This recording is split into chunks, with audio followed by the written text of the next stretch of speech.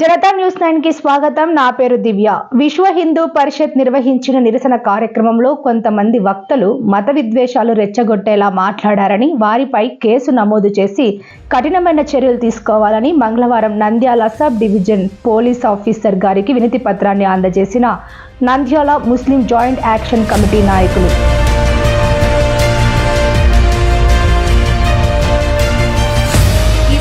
JAC నాయకులు మాట్లాడుతూ నంద్యాలలో భారత స్వాతంత్ర్య సంగ్రామంలో వీరి పెద్దల పాత్ర ఏమీ లేదని, వీరు ఎవరినైతే అంటరాని వారు అంటున్నారో వారి తమ ప్రాణాలను త్యాగం చేసి స్వతంత్రాన్ని సాధించిన విషయాన్ని గుర్తు చేశారు. దేశ ప్రజల్లో 80% మెజారిటీకి గాను 20% మైనార్టీలకు గాను విడదీస్తూ వారిని అంటరాని వారు అనడం, అడిగమణిగి ఉండాలని, భయపడుతూ బ్రతకాలని, వెధవలను తిట్టడం, ఉచ్చపోస్తే కొట్టుకొని పోతారని చెప్పడంపై మైనార్టీ నాయకులు తీవ్ర ఆగ్రహం వ్యక్తం చేశారు. రాజకీయంగా తనకు గుర్తింపు రావడం లేదు, మత సామరస్యంతో ఉన్న నంద్యాల వాతావరణాన్ని కలుషితం చేయాలన్న ఉద్దేశంతోనే ప్రజలను మైనార్టీలకు వ్యతిరేకంగా విభజించి ఉసిగొల్పడానికి మాత్రమే వీరి ధర్నా ఉద్దేశించిందని తెలుస్తోంది. భారతదేశ రాజ్యాంగం అందరికీ సమాన హక్కులు ఇచ్చిందని, ఒక పౌరుడు ఇంకొక పౌరుడికి మత ప్రాతిపదికన భయపడుతూ బ్రతకాల్సిన అవసరం లేదని హితవు పలికారు. ప్రజలు వీరి ఉచ్చులోకి రాకుండా నంద్యాలలో మత సామరస్యాన్ని కాపాడాలని పిలుపునిచ్చారు. ఒకవైపు ప్రజలు అధిక ధరలు, నిరుద్యోగిత, రైతులకు గిట్టుబాటు ధరలు లేకపోవడంతో సతమతమవుతూ ఉంటే వీరు సిగ్గుశరం లేకుండా ఎప్పుడు చూసినా మైనార్టీ మతస్థులపైనే ఏదో ఒక రాజకీయం చేస్తున్నారని, దేశ అభివృద్ధి వీరికి అవసరం లేదని విమర్శించారు.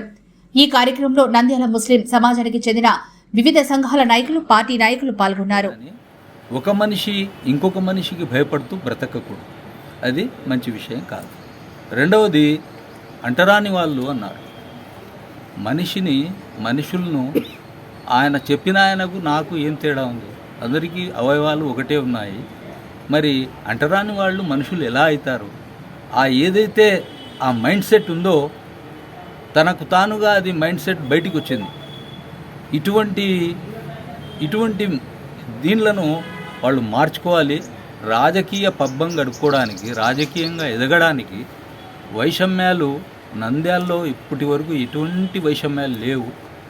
ప్రతిసారి వైషమ్యాలు పెట్టాలా అనుకున్న వాళ్లకు మా నాయకులు బుద్ధి చెబుతూ, బీజేపీకి సంబంధించినటువంటి ఒక వ్యక్తి మతాల మధ్యన, కులాల మధ్యన ఘర్షణలు వచ్చే విధంగా, చిచ్చు పెట్టే విధంగా మాట్లాడడం జరిగింది.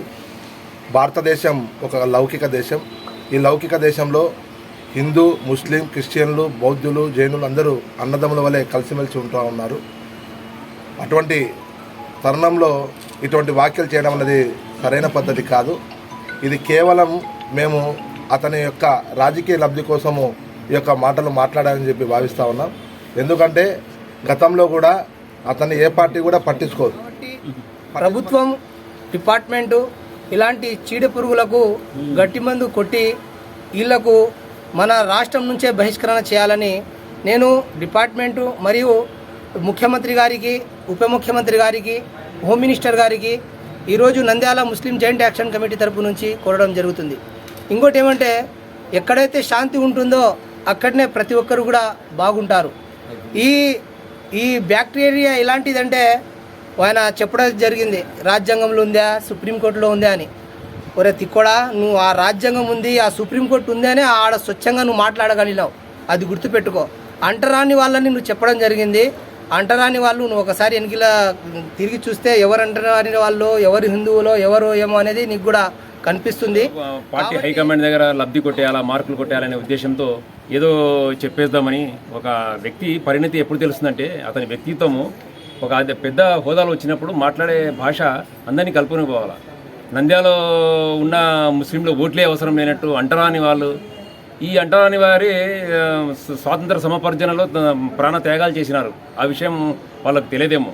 అప్పుడు చేసినప్పుడు ఇలా పెద్ద పెద్ద నాయకులు బ్రిటిష్ ఒక పాదావిక్రాంతమై వాళ్ళ బూట్లు నాకేటోళ్ళు. ఇవన్నీ చరిత్ర. ఏదో విషం చిమ్మే ప్రయత్నం చేయొద్దని నేను కోరుకుంటున్నాను. ఎందుకంటే రాబోయే తరాలకు మనం నంద్యాల సంస్కృతి ఎట్లా ఉంది, ముందు నుంచి అంతా కలిసిమెలిసి ఉండం. అది ఒక వారసత్వంగా ఏ రాజకీయ నాయకుడైనా ఎవరు వచ్చినా సరే దాన్ని కాపాడి మనం నెక్స్ట్ వారసత్వంగా ఇవ్వాలి.